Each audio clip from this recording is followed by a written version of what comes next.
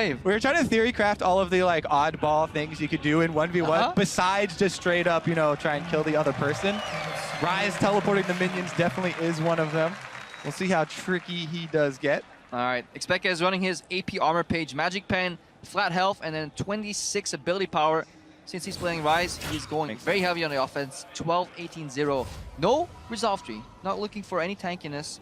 Just going pure on damage. Is going to go for that mage style. Look for the kill. Look for the all-in. Probably not the CS, but, you know, we say that, and he got a CS, almost a CS victory previously on Cassiopeia, so... I mean, we joke around it a lot, but he's just a fantastic legacy player, so he can definitely... He's a god. Yeah, all around. Yep. What a god. More popular players as well. I mean, he is one of the oldest players in the game as well. Let the crowd take over and catch this one, though. Rallying behind him. All right, Uzi getting early access to the wave. Really good E-trade. That's what you want to do. Hit all the range creeps and your opponent. That auto attack cost him a little bit for minion trades, so that's not too great from him. He wants just to get the push early. Yeah. Also here from the Rise, you want to try and spread that flux. The ideal situation would be go through minions and then hit Uzi, but Uzi good positioning on the side. Peke now be able to get both there and just going to try and clean up the CS as Uzi lands a little bit of harassment. It's really hard to CS with Rise under the turret on this map, so that is definitely something that's going to keep Peke down. Uzi, he gets level 2 first. Yeah, at the early level 2, he's going to have complete control of this minion wave. And Peke, you know, while it is a little bit not exactly what he wanted, it's still fine because his plan is going to be to go for that all-in kill. And he doesn't have to worry too much. As long as you get enough CS to be competitive in items after your first purchase. Yeah, definitely. So we're learning about the CSing every time one of these melee creeps hits the turret. You think, yeah, it's going to live. Nope. Yeah, dies by different tower damage is actually super annoying. Because these guys are trained thousands of games of League of Legends in turret habits. Even when small tweaks get made on 5v5, you start struggling. Uzi threatening. Whenever Peke wants to go for a CS, he's eating auto attacks in return, even though he's spell CSing. Yeah. I mean, you guys talked about before earlier when we saw a bunch of Varus. He's got multiple spells to harass you in between trying to get CS. So there are a lot of options for Uzi to be going for harassment. And that's a dangerous thing Uzi did right there. He went for the auto walkout, and as it hits, he's no longer in turret range. If Expecka can answer with a snare there, that could spell Uzi's demise if he's not extremely careful. But however, in that harass pattern, he just messed up all his melee creeps again, loses 3 CS here, so slowly dwindling and falling behind on the side of Expecka. Yeah. I mean, he did get a spread there on the spell flux. That's what we were talking about. But every time that happens, he's kind of ruining his own minion wave. He's going for the all-in really early here. Reduced health, like barrier is suboptimal. Expecka backs out. All right. He traded 2 summoners for 1 there is the key, though. Even though Expecka's got him on the ropes, this is the reason why we keep saying, oh yeah, Uzi, he's so cool in these situations. He's not panicking at all. Holds on to the extra summoner. Now he's got exhaust. And that with the Rise looking for an all-in means Peke pretty much has to wait until both summoners come back off of cooldown. So probably we'll look for him to wait for another purchase and then the second round of double summoners. Yeah, look at Expecka. He doesn't want to base because this wave will be fast pushed by Uzi. He knows he can't trade in this massive minion wave versus exhaust, so he finds himself in a bind. He was hoping that the Ignite healing reduction on that relic would be enough, but Uzi, so calm and collected. He just always knows stuff. Even though the barrier wasn't ideal, he traded it instead of the exhaust. Obviously, the shorter cooldown. Yeah. Now Peke looking for a reset on this wave. Woo, got there. I have to say, I mean, Double have talked about as well. I mean, as good of a player as you can be, like you can be a top tier player and still trying to lane against Uzi, especially Uzi knowing there's no junglers available to influence the matchup is just very intimidating. And you see what he's doing, so we need to follow what he's doing exactly. It is stepping forward every time you go for a CS, stepping backward every time he goes himself for a CS, keeping that sustain up with the Warlords. It looks like the steps are so simple for him as well. He's like, step number 1, his whole focus was on getting control of the minion wave. As soon as he got a single minion advantage, he immediately transfers into harassment mode, and he's firing auto shots in between the spell harassment at you to keep you off of the minion wave. So there's almost no chance for you to get control back, and doing such a good job. Yeah, and he's approaching level 6. Uzi will get a combat skill point right there with his ultimate, which is really valuable against the Rise, especially when you get Rune Peasant, so he can at least walk away from the second part of the engage. Yeah. Peke cannot skill his ultimate, so on level 6, there will be another advantage towards Uzi. Yeah, and I think that Peke, ex-Peke, excuse me, is still, yeah, not Stixxay, he's across the Atlantic, pretty far away. But yeah, Peke, he's still waiting for the double summoner timer, so I feel like we have time to remain calm and just wait until he's able to go back for probably another purchase before he goes for the all-in as well. I want to see Peke hide in the brush, warp to the relic behind Uzi, cut off the escape, and then go all in, but it may already be time for this one all in that we're waiting for. Testing the waters there, maybe. They do both have potions, so sustain is definitely there. Yeah, I got a little word there. I was like, Yeah, just before I say he's going to wait for double summoners, he goes all in! Now waiting. That's one exhaust down. So close to the barrier for Uzi. Peke has to kite. He has to dodge the next arrow. Nope. All right, let's see if there's any differences here. I expect it to be incredibly similar. Taking a look at Expeke first.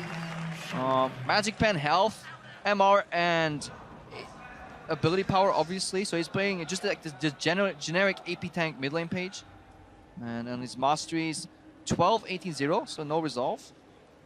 You can look at Uzi. Uzi is running the resolve. He really likes the efficiency from the resolve tree. So Expeke should be dealing slightly more damage, you know, with those 12 points in ferocity. Uzi should be kind of more sustained. That's the thing. The thing to me too is that Feast is also very good sustain, and you do get that in that first offensive tree. Ooh, and there's actually a big difference here.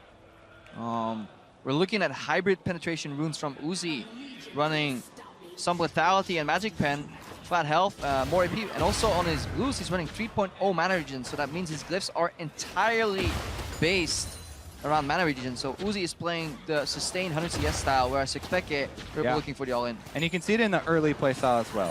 Uzi did start Q, start spamming it on the ranged minions to get control of the wave. He's still playing this like an AD carry, right? Yep. Getting wave control first, then going for harass. Whereas Peke started with the W. Uzi was able to dodge it, so he didn't land the first one, but went for harass over wave control. And this is the same thing as we see in a lot of mid lane matchups. So wherever you walk up for a CS, you can expect to get Q by Syndra.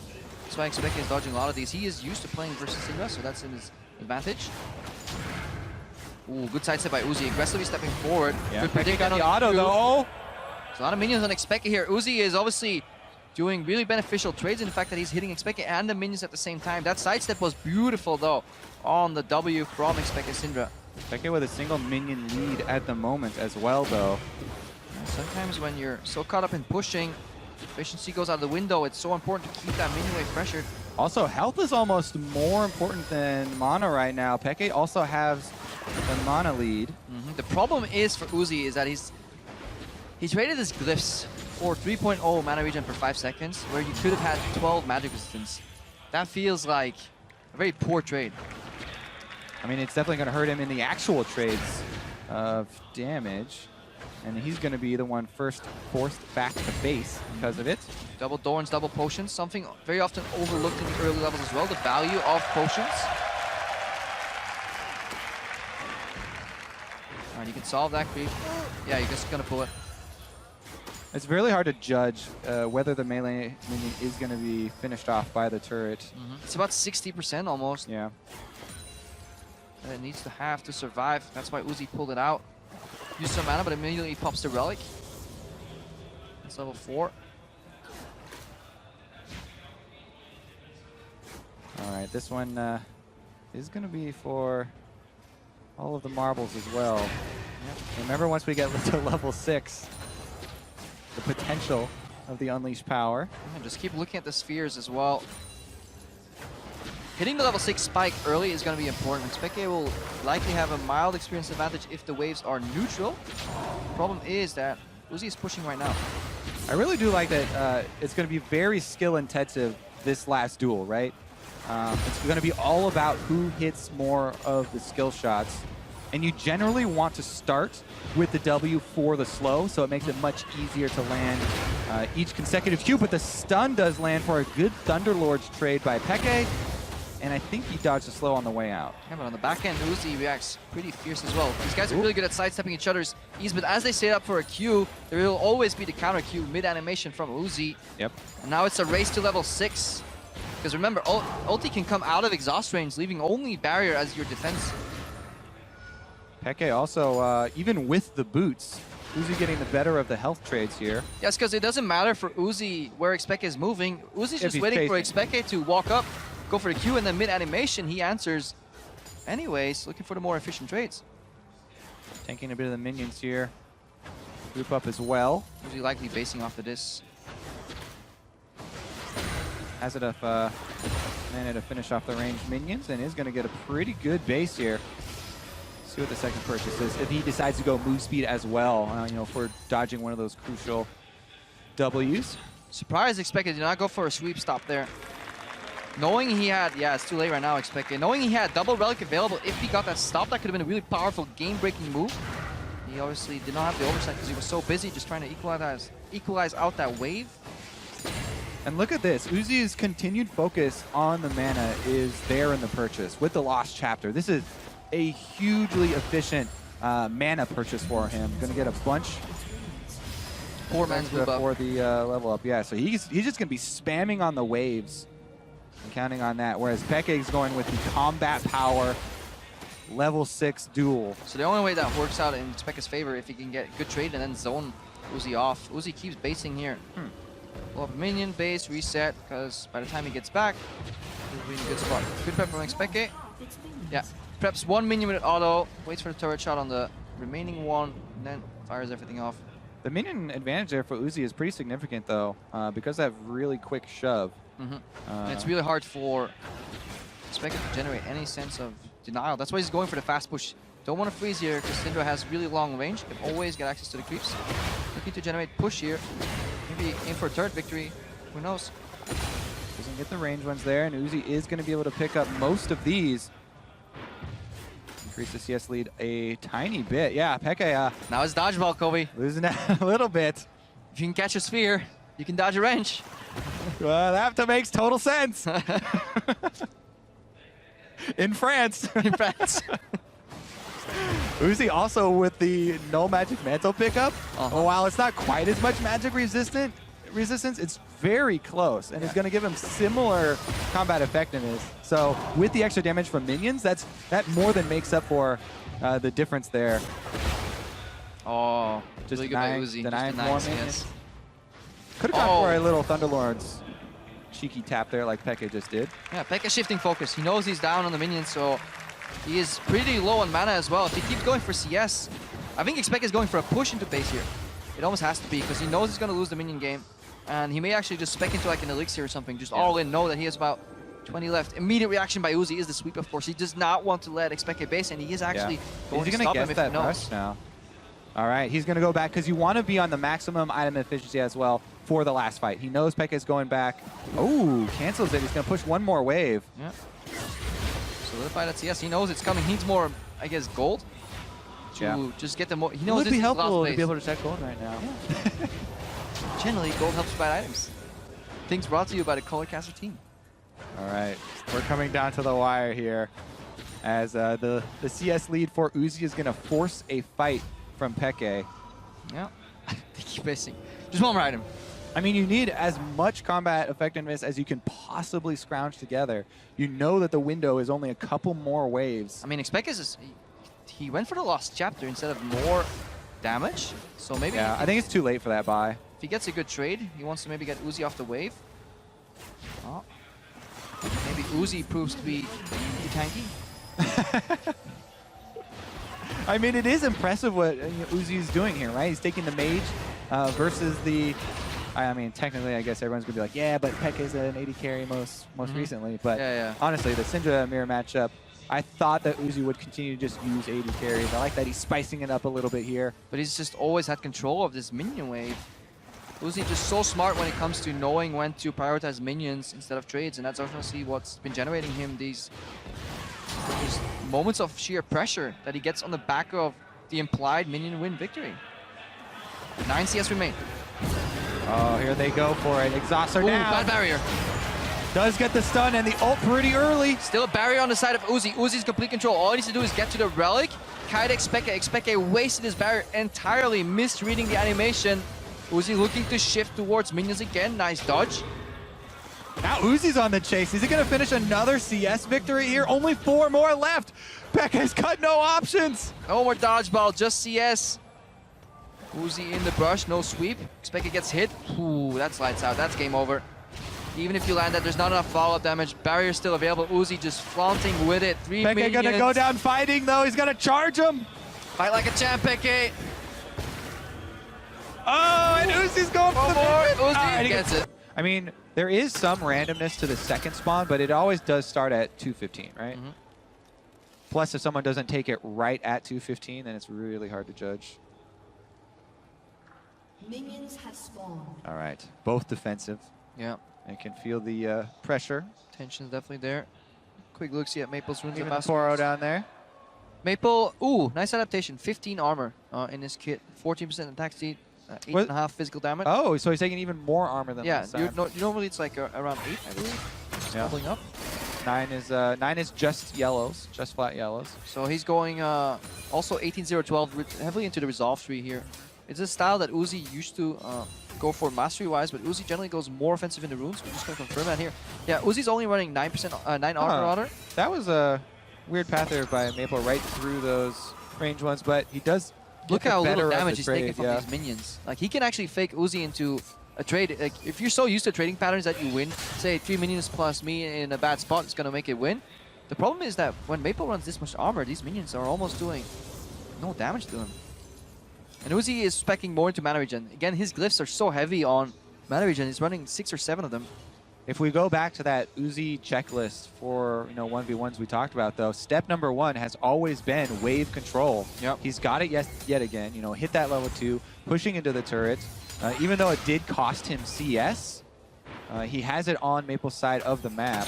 Maple looking for brush control Dead. again. Nice dash from Uzi. That's what you're looking for. And then a double tap maximum value for CS lost it, which he can leverage, just as you were saying, into minion push. Meanwhile, Maple, got to compliment him for his dodges on the Qs that Uzi's been doing, but there's that relic contest you're talking about for Uzi.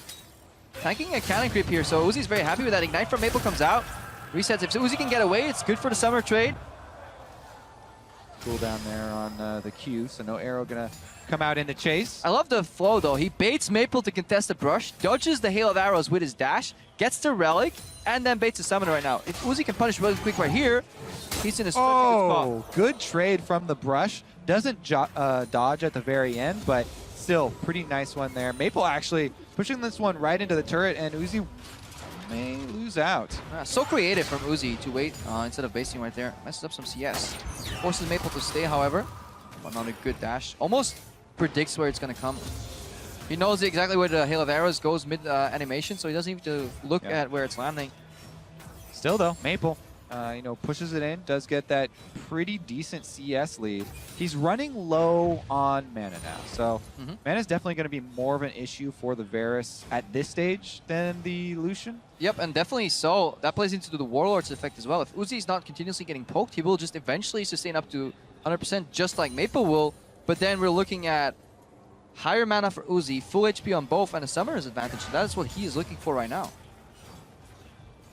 All right, the ranged minions also building up for Uzi this time around, so this exchange in the brush. Maple's going to have to retreat into his brush because he tanked a lot of cannon shots there. Yeah, and he ran completely out of mana. That's why Uzi has the confidence here to move up aggressively. See what the first purchase is.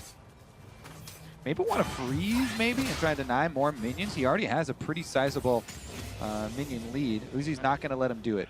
No, definitely negating that possibility. Uzi always kind of fake basing versus. Oh, I love that Q. That was great to see there from Uzi. Yeah, and if he gets away with this recall as well. Still pretty equal. Oh, he doesn't have enough mana. Nope. Can see him leave. You can see him, but can't touch. You can look, but can't touch this. All right, both of them going to get off the recalls then. Pretty even. Just that 3 CS lead. Again, the attack speed focus here for Maple. Ooh, that's... This one for Varus. So, Varus, you do want to try and get... I mean, you can say, hey, he'll stack up that passive and then try and pop it. But it is going to be kind of difficult unless you're saving your hail of arrows to pop it. The Remember, Q at is level 6, unreliable. you have another third spell that you can weave into that rotation. I think that's what you end up doing. You slow with the Hail of Arrows, triple attack, tap, tap on the Q. An ultimate that is one of the most notorious skills in the game from people missing. It looks so comical. We need like a surprise party Maple, surprise party Varus fun, just so you can get comical effects. Uzi aggressively going for the contest. Look at the culling coming out as well. Maple trying to sidestep, it's so hard. Oh my.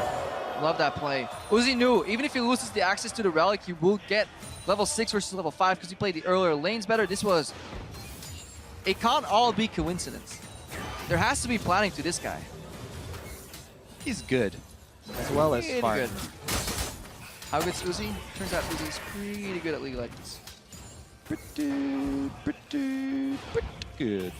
I don't know if there are any Curb Your Enthusiasm fans. Maple here, though, is sustaining as well decently. Has to chug through all the potions to even up that health. It is enough, though, that he can stay for some extra maintenance, which he really does need. You can't afford to have another poor purchase. Oh, max channel Q. Doesn't do too much damage. Yeah, it does almost none, actually. It's an activator for stacks. That's all it's built for. It's a rank 1 Q that you just want to block that passive from Varus, percent health. Fumbles the minion there. Each one does actually count here. Pretty intense as far as the mid game goes. Let's think about late game though, and what the picture is going to be like, because this culling is such a huge tool. And it's, even if you miss the beginning, or you miss half of it, or you miss the end, it's still going to provide a lot of value. Whereas the Varus ultimate, you miss your Varus ultimate, out the window, 0 value. It's over, And the Lucian just smashes you. So, Uzi a lot more pressure on the Varus. Getting comfortable with dashing into the minion wave for double taps with the Maple. He has enough AD to make it worth to win that trade, as opposed to the minion damage that he's taking. It's one of those adaptations that you can make. Oh, look at the weaving of these double shots in the passive. That's an ult from Maple, disengaged, but bad stack proccing. Maple not optimizing that passive. 3 stacks on him now. He's going to back up, does get the Q, but he's no exit! Down for. And here. Ooh, Reckless's rune page is actually really interesting. The one he's running right now. He has 20% attack speed, then a tiny amount of physical damage, and then just some flat health. And he has 1 lifesteal Quint. So he's basically playing the push game. He's going to stack up that Ezreal passive and just keep autoing the creeps over and over and over. He is not looking for all-in trades. He's just looking for repetitive shove, honestly, winning the match with lane control. And I assume he has Fervor. Nope, he has I'm sorry, Warlords. Sorry, that's what I meant. Fervor is not very good at all. Especially, it used to be good on Ezreal, but now everybody's just actually, I would take it in solo queue, but I wouldn't take it on this. Yeah, it's Fervor, you think it's good because, you know, on additional auto attacks on champion, I get so much attack speed from his passive. The problem is, if you're playing a CS game, you just want to stay alive. Sustain is so valuable. Yeah, you think about last year's, everybody was taking the, oh my gosh, I can't even think of it. Grasping Undying off the top of my head. There you go. Everybody was grasping up here. Reckless just trying to, like, focus the creep that his creeps are focusing as well here. Trying to whittle them down, then auto attacks in between. As long as it's the push, he can afford to go for those cheeky autos, because obviously he is ranged to melee. That is usually the trading pattern of a ranged champion into a melee champion. You want to get 1 creep lead on the push, then start trading, or at least finish off the creeps before the second wave meets. And this is good as well. Rainover's going to walk up, try to get some damage on this, but Reckless gets constant auto attacks. Brush control is in Rainover's favor here, but the level 2 comes out for Reckless. Yeah, because Rainover is not level 2 yet, and he gets punished for being that brush here. Oh, he got both summoners off. That's a good spot there, because he used both the Ignite and the Exhaust, so maximum value from Cleanse, but already on the back foot. This is why you do not want to be over-pushing if you're Ezreal. You want to poke him down, but don't donate the creeps under the turret, because this is an experience race for Rainover. He doesn't want CS necessarily. He just wants to stay competitive so his items don't track too far behind. Yeah. But he's looking for that all-in, especially in level 6. I think you can wait for level 6. Yeah, that's kind of his win condition here. Get to level 6, try to punish Reckless for a misposition or being a little too far forward. But Reckless has full advantage in this game. He's going to go up in CS, he's going to go up in experience and shove. He's getting sucked into trading a lot, though, instead of focusing on the creeps. He always wants to punish Rainover when he walks up melee range, especially for these caster creeps. Yep. Also, both relics ended up spawning at 215. Rainover has a shove advantage here. Maybe he'll pick his up. Yeah, there you go. Yeah, picks it up. Has Corrupting Potion. Yeah, he used all stacks of it. So he's running dry right now, whereas Reckless has a continuous source of sustain in the Warlord. So it's looking pretty good for the Swedish Wonder Boy. Oh yeah, he's got Warlords, Lifesteal Quintessence, and he's also got the Dorans on top of it. So he's really healthy. It's at these points where you gotta remain calm though. Everybody wants to shift in, finish off Rainover, but there's still a chance that he can always beat you on the backhand. If you're Rainover, you have to stay really calm because this is where like the house is burning down around you. Like, this is fine. This is fine. I don't know. This is fine. I picked Darius. It's great. Because now you're thinking, okay, maybe I didn't think this completely through. Maybe I want a 1v1 with this. And, yeah. I mean, he just has to keep thinking about the win conditions, which is getting to level 6 here. So they're we're narrow. tracking that. Yeah. But obviously, Reckless, pretty good wave control so far. Honestly, a back behind, so he can afford to base. He doesn't really care if Rainover freezes this wave because he'll just come back and shove it in. He's still enough CS ahead. Oh, this is interesting because Rainover will have like 10 creeps on him. Yeah, Reckless doesn't even care. He's like, I don't think you want to stop me there, buddy. Yeah. Tough walk up, take all the aggro, cannon minion wave on top of it. A bit of a freeze here. Obviously, more minions on the other side. But Rainover knows, as a melee champion, you don't want to be freezing. Freezing only works if you can punish the opponent for approaching you. Or it works if you're close to your turret and you won't have safety. I think it's better for Rainover to just solidify getting all that CS and then stack a wave on the other way. Maybe then he can threaten Reckless for an all-in. Yeah, that's a good point. And he still has to wait about, I would say, like 4 more waves before he's going to be able to wait for that level 6. Yeah, brutally long time. It's around like 50 CS. I think yesterday that most 6s were hit. So that would be exactly what you said right there. Yeah, it's about that 6-minute mark-ish, a little bit higher. It's a good trade for Rainover, I think. Oh wait, he'll get the chase. It's good. Full HP versus full HP, Darius will always win in proximity. Now Reckless can sustain up though. If there's another trade like this, obviously it'd be good for Rainover. He's level 5. This could be a good precursor to the level 6 all-in. Exactly. That was a good test there because if he's able to actually get that E off and Reckless isn't fast enough to actually have the Arcane Shift in return, that's a good sign for Rainover. Now we're looking at the Ghost as well. The wave is in a great spot for Rainover despite Reckless seemingly having control because he can pops the Ghost right now. He's going in pre-6. Rainover? One more! We lost for many more reasons than that, but that was actually 1% crit. Let's hold it. That's the story I'm going to tell. I stole a red buff because my jungler crit right before the last auto attack. That's what happened on a live game, and then we tilted a tiny bit. So who'd you give the red buff over to? I was Soraka. Like, he had red buff Soraka. And like, anyways, doesn't really matter. Okay. Old story. Faker versus Mata. Faker is not running the 1% crit, so RNG gods have to be with Mata for once. So this is the matchup that I will usually play on the 1v1 map. I'll just play Yasuo every time that I can, because otherwise I can only feed 1 kill. You can't go to 0-8. It prevents me from doing that. But every time you miss a Q, it's actually a big deal in this matchup. Yeah, it's about lining up the Qs to hit both minions and honestly the enemy Yasuo. Mata got pressured first because he really didn't feel comfortable trading against Faker. Faker standing on the outside of turret range here, so every time Mata walks up, he can at least get a Q in the face. He wants to stack it up. It's a very micro-heavy matchup where you really want to click really right next to your champion. Faker's still level 1. Oh, Faker might be done. He has to get out. That was a really good trade by Mata. Got him again! Power shot. Ignite. One more. Oh my God,